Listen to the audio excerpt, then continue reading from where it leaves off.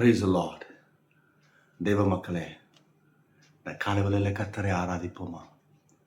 நாம் ஆராதிக்கும் பொழுது பலவீனங்கள், சோர்வுகள், சில மன கிளேசங்கள் நம்மை விட்டு அகன்று போகும். கர்த்தர் எழுந்தருள்வார்.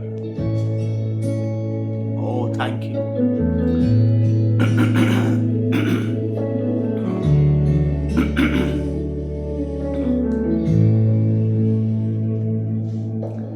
தேற்றரவாளனே, என்னை தேடி வந்தீரே.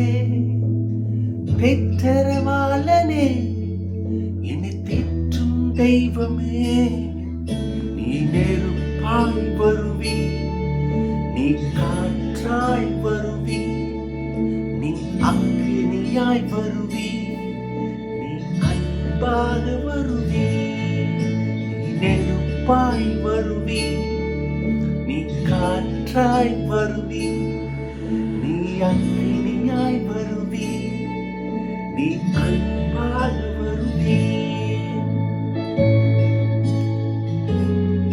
இயேசுவே வாருமப்பா. அன்பாய் வந்திரே, என்னை அணைத்துக் கொண்டிரே. கரத்தை நீட்டியே, என்னை சேர்த்துக் கொண்டிரே.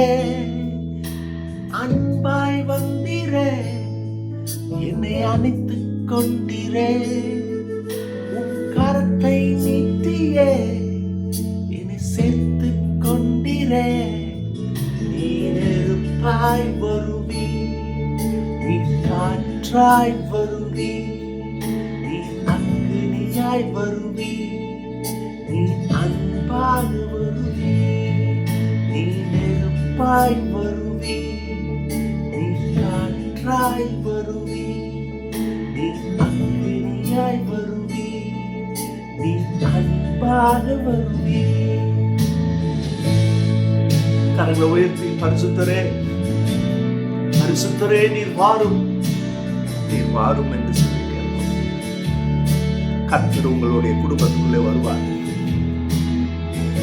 எழுந்தருளுவார். இந்த சஞ்சலங்கள், தவிப்பு ஓடி போகும்.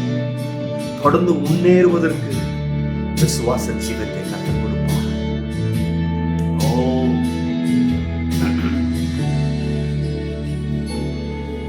நீ காற்றாய் வருவி, நீ அக்கினியாய் வருவி, நீ அன்பாக வருவி. துதி உமக்கே, கனம் உமக்கே. கரங்களை உயர்த்தி தேவனுடைய பிரசன்னம் ஒவ்வொருவரையும் தொட்டு கொண்டிருக்கிறதை நான் பார்த்துக் கொண்டிருக்கிறேன். ஆமென்.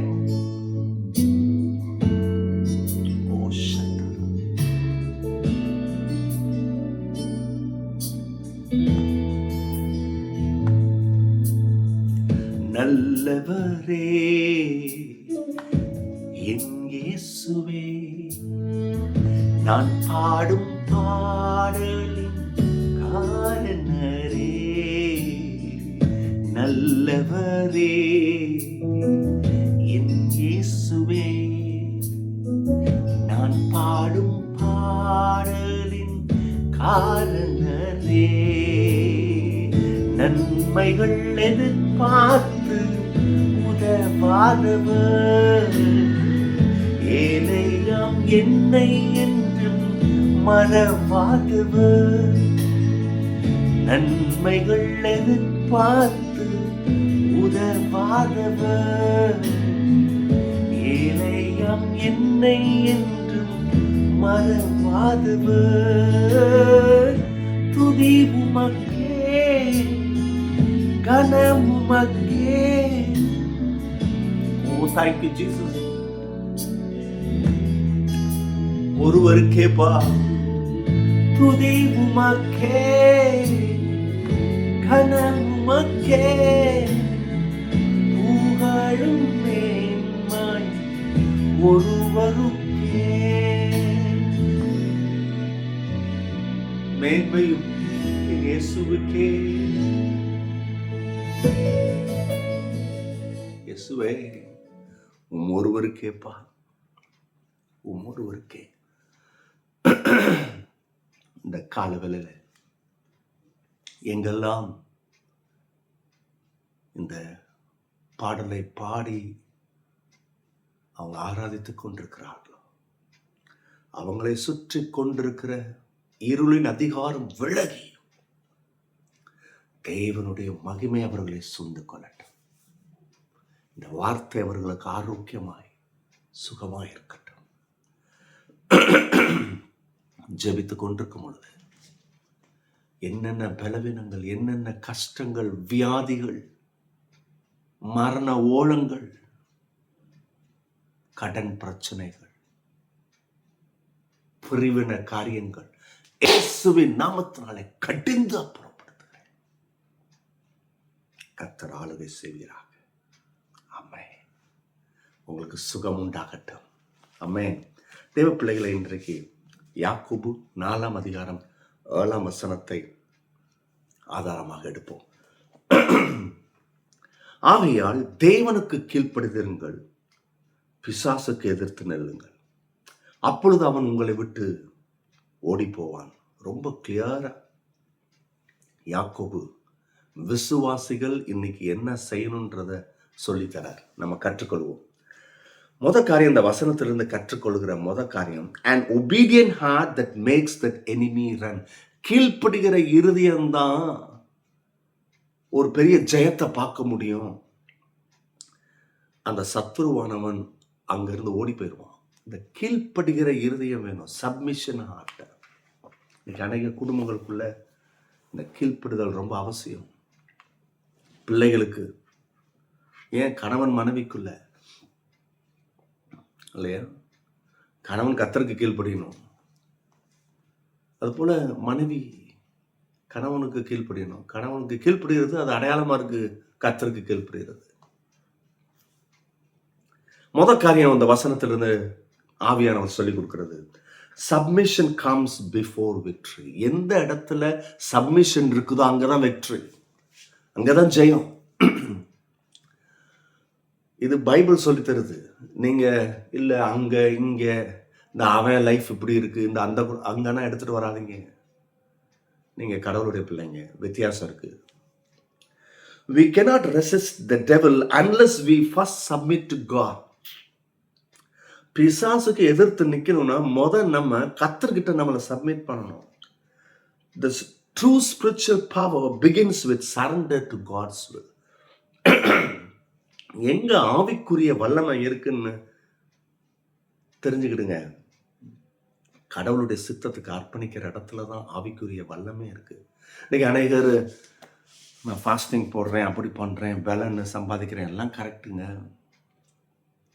ஆனா நீங்க கடவுள்கிட்ட உங்களை சப்மிட் பண்ணாம நீங்க பலனை வாங்கிக் கொள்ள முடியாது, பெற்றுக்கொள்ள முடியாது. சப்மிஷன்ல இருக்கு, அந்த சரண்டர்ல இருக்கு. 2வது, இந்த வசனத்திலிருந்து நம்ம கற்றுக்கொள்ளுகிற பாடம்,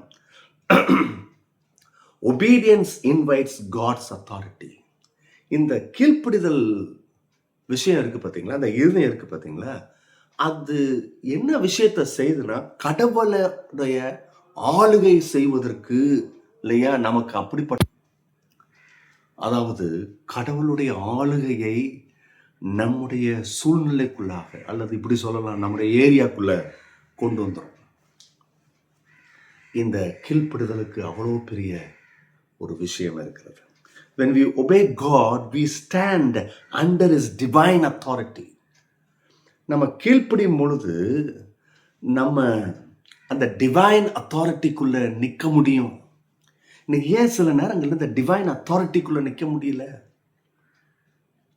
அங்கதான் குழப்பம், தடுமாற்றம் வருது, குழப்பம் வருது. அதை ஏன் தாண்டி செல்ல முடியல?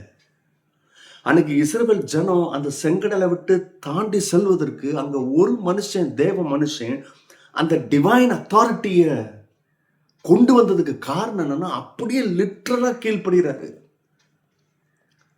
மோசே மீதியான் தேசத்திலிருந்து இந்த எகிப்துக்கு வரும் பொழுது இந்த செங்கடல் வழியா வரல, அவர் தரமார்க்கமே வந்தாரு. அப்ப அவருக்கு தெரிஞ்சிருக்கும், ஆண்டவரே, ஏன் ஆண்டவரே இந்த பக்கம் கூட்டிட்டு போறீங்க? இப்படி போயிடலாமா, என்ன இப்படிதானே கூட்டிட்டு வந்தீங்க? இந்த குறுக்கு கேள்வி, இந்த விசாரணை இதெல்லாம் கேட்கல. அவர் தேவனுடைய மகிமையை பார்த்த உடனே அவர் இருதயம் அப்படியே டோட்டல் சப்மிட். ஆகவேதான் தேவனுடைய கரம் அங்கே மோசேயோடு கூட இருந்தது. ஆமென். The enemy fears a life that is fully surrendered to God. எந்த ஆத்துமா கடவுளுடைய முழு சித்தத்துக்கு அர்ப்பணிச்சு ஜீவிக்குதோ, எனிமி அங்க பயப்படுவானா, அங்க கை வைக்க மாட்டான், அங்க வர மாட்டான். மூன்றாவது, the devil flees from the submitted life. எப்ப பிசாசு விலகி ஓடுவான்னா, உன் ஜீவியம் கிறிஸ்துவுக்குள்ள அர்ப்பணிப்புல இருக்கணும். Submitted life. நல்லா தெரிஞ்சுக்கிடுங்க. நீங்க ஒரு இடத்துல வேலை பார்க்கலாம், இல்லை பிஸ்னஸ் செய்யலாம் இல்லையா, இல்லை பலவித தாளந்துகளை நிறைஞ்சிருக்கலாம், பெரிய திறமசாலியா இருக்கலாம். நீ யாரா இருந்தாலும் சரி, ஒன்று தெரிஞ்சுக்கிடுங்க, நீ விசுவாசி. நீ கர்த்தருக்கு ஒன்று அர்ப்பணிச்சுதான் வாழணும். அப்படி செய்யறேன் எதுவா இருக்கட்டும், உன் வாழ்க்கையில இந்த அர்ப்பணிப்பு வேணும். Satan does not flee from words but from a life aligned with God. சும்மா போ அப்படின்னா போயிட மாட்டான். ஆனா நீ கடவுளுக்குள்ள இருந்து நீ வாயை திறந்து பேசும் பொழுது ஓடி போவான். அப்போ அந்த அலைன்டு, அந்த தொடர்பு இருக்கணும்.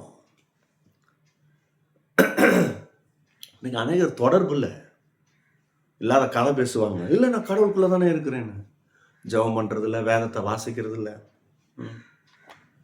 சில பேர் சொல்லுவாங்க, நீங்க தான் பிரதர் இப்படி சொல்றீங்க, கடவுள் என்ன பாவியா பார்க்கல, என்னுடைய சூழ்நிலை அறிவார். நல்ல அறிவார், அவருக்கு தெரியும். அவர் இன்னைக்கு மன்னிக்கிறார். நீ 2 வருஷம் பைபிள் வாசிக்கல, ஜெபம் பண்ணல, பரவாயில்ல, இப்போ கூட ஆண்டவர் கூப்பிட்டுக்கிட்டு இருக்கிறாரு, வான்னு ரெடியா இருக்கிறாரு. 2 வருஷம் மறந்துட்டு இப்போ வாரியா போ அப்படின்னு துரத்தடிக்கல, கூப்பிடுறாரு. ஆனா ஒன்று தெரிஞ்சுக்கிடுங்க, இந்த டைம் எடுத்துக்கிட்டு இருக்கீங்க பார்த்தீங்களா, அது அவ்வளோ எவ்வளோ நாள் மன்னிக்கிறவர் தாங்க. அதையே எடுத்துக்கிட்டு காலத்தை வீணாக்குறது யாரு? அதை யோசிங்க. அலைன்மெண்ட் ரொம்ப அவசியம். Obedience makes as dangerous to the enemy. கீழ்ப்படுதல் என்ன பண்ணுது? எனிமிக்கு ஒரு பெரிய டேஞ்சரஸை கொடுத்துருது. எத்தனை பேருக்கு நான் சொல்றது வழங்குது? கடைசியா, God fight to the obedient. எப்போ கர்த்தர் யுத்தம் பண்ணுவார்னா, உன் இருதயம் கர்த்தருக்கு கீழ்ப்படுகிற இருதயமா இருந்தாதான் கர்த்தர் ஃபைட் பண்ணுவார். பிரதர் என்ன கர்த்தர் மறந்துட்டாருன்னு இல்லை, அவருக்கு அவசியம் நீ அவரை நம்பணும், உன் வாழ்க்கையை அர்ப்பணிக்கணும். இந்த கீழ்ப்படுதல் அதுதான் நீ அவரை அவருடைய வாழ்க்கைக்கு இன்வைட் பண்றதுக்கு அடையாளம். அதுதான் நீ அவரை நம்புறதுக்கு அடையாளம். அதுதான் ஆண்டவரே என்னுடைய வாழ்க்கையை நீங்க ஆளுகை செய்யுங்கன்னு அடையாளம். அதுதான் ஆண்டவரே நீர் உமது கரம் என்னுடைய வாழ்க்கையில அதிசயம் செய்யும் என்பதை நம்புறதுக்கு அடையாளம். When we submit to God, He stands with us in every battle. Heaven back those who walk in God's will. பரலோகம் உங்க பக்கம் இருக்கும், நீ கடவுளுடைய சித்தத்தை செய்கிறவனா இருந்தா. இயேசுவே, இந்த வார்த்தை இந்த பிள்ளைகளுக்கு அனுப்பி வைக்கிறேன். இதுல பலனடையட்டும், இதன்படி செய்யட்டும். குடும்பத்துல சந்தோஷம் வரட்டும், அவங்க வேலையில சந்தோஷம் வரட்டும், அவங்க தொழில சமாதானம் வரட்டும், மகிமையான காரியங்களை பார்க்கட்டும். இயேசுவின் நாமத்தினாலே ஆமென். God bless you. Bye-bye.